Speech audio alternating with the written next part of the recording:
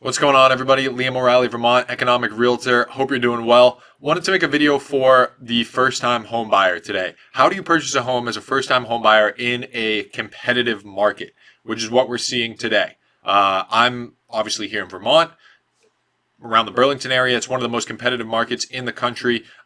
I believe as of a few weeks ago, Redfin had it marked as the most competitive market in the country. I think it's adjusted slightly based on their metrics now, but it's still very hot, very competitive here. So if you're a first-time home buyer and you're going up against buyers who are potentially cash, people who have purchased homes before, maybe are better positioned financially to you than you, it can feel overwhelming.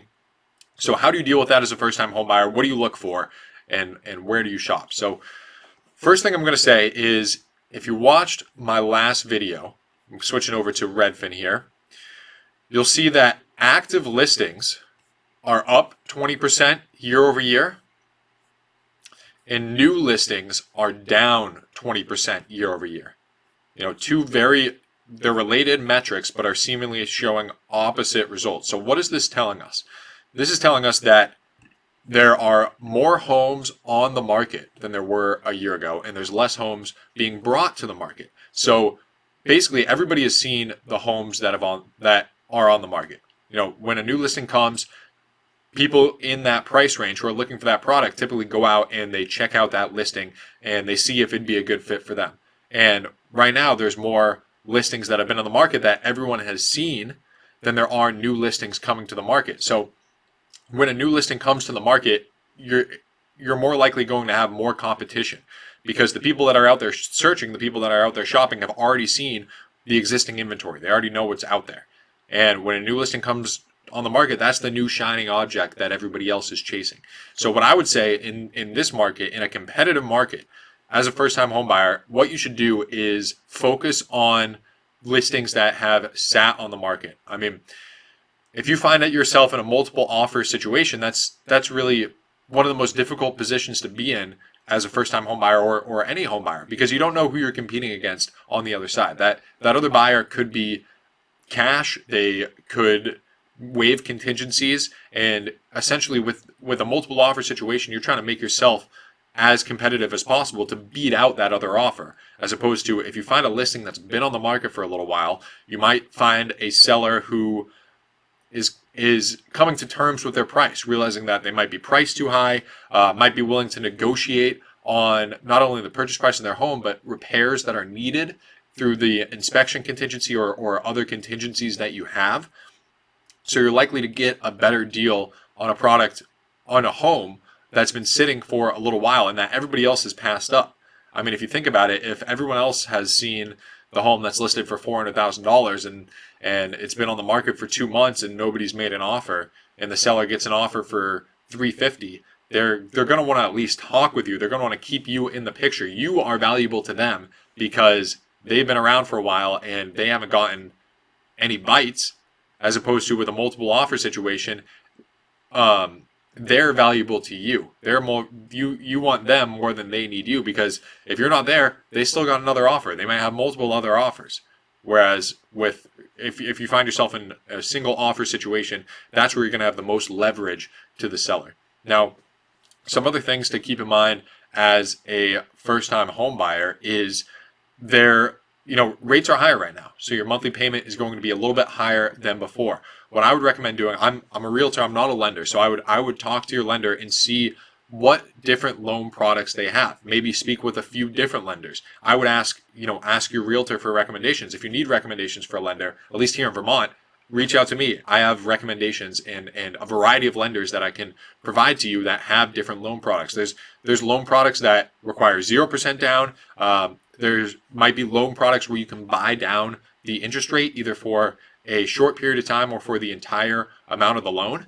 And that's also something that you might be able to get on a listing that has sat for a little while. You might be able to, instead of getting a reduction in price off of the list price, you might be able to get money back to pay down your interest rate and to get a cheaper interest rate as interest rates are approaching the sevens now. That might be a good idea and good for you to navigate these waters. So that's the next thing that I would say is speak with your loan officer, talk with them about the different loan products that are available to you, and try to use that to your advantage. And then the other thing is, if you're able to find a home that has sat on the market for a little while and you do get it under contract, I would say, you don't necessarily need to reveal your whole hand up front.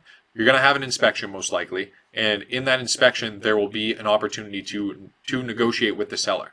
At that time, if you're the only offer and the home's been on the market for a little while, I would push to ask for as much as possible. Now, the seller's not going to do everything. If there's worn hardwood floors, they're not going to refinish the floors for you. If there's a little chip in the kitchen cabinet, they're not going to fix that for you. But if there are major issues, or if there's significant issues with the property, I would push to have the seller do those repairs or ask for money back at closing. The thing about that is, at least here in Vermont, the seller can't terminate the contract based on the inspection request that you give.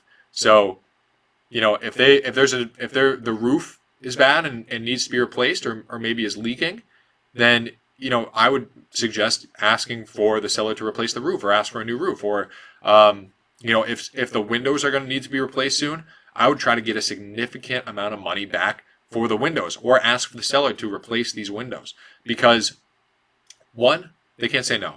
So they can say no, but they can't terminate the contract and force you to move back out. So there's no risk. The worst they can say is no, and then you're in the same position that you started at, and then you have the choice of terminating the contract. At least with the way they're structured here in Vermont. In other states, the contracts might be different. So this doesn't apply to every state necessarily. Second, you can always come down and split some of that cost with the seller. So it's harder to come up with your request than it is to come down. Say all the windows in the house need to be replaced. If you say, hey, we'll replace half the windows, and they say, okay, you can't go back to the seller and say, well, actually, we want you to replace all the windows. Whereas if you replace all the windows and they say, why don't we do half, you might be able to say, well, how about, we do half, and then you also give us $2,000 to replace some more. And they might say, okay.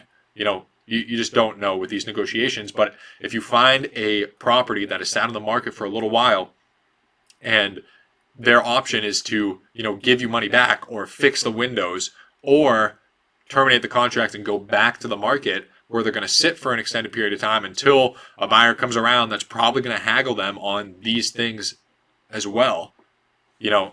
The power, you have the power in that situation, and that's something to know. So I guess the big takeaway from this video is, if you're in a competitive market, you're a first-time home buyer, and you're not in the financial position that some of these other buyers that you're competing against are in, I would recommend look for the properties that have sat on the market for a little while. Try to find sellers who are more motivated than people that are bringing the new listings to the market. There's more active listings now, but there's less new listings coming to the market. So the active listings, homes that have sat on the market, are where the opportunity is.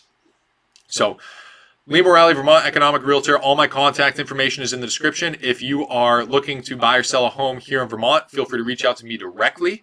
If you are looking in another state, reach out to me, phone or email. I will find you a great realtor in the state you are looking in, so you're not stuck with somebody who doesn't know what they're doing.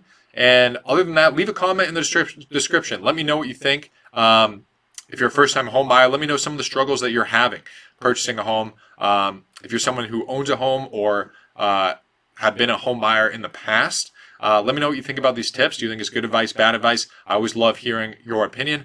Leave a comment. I'll see you guys in the next video.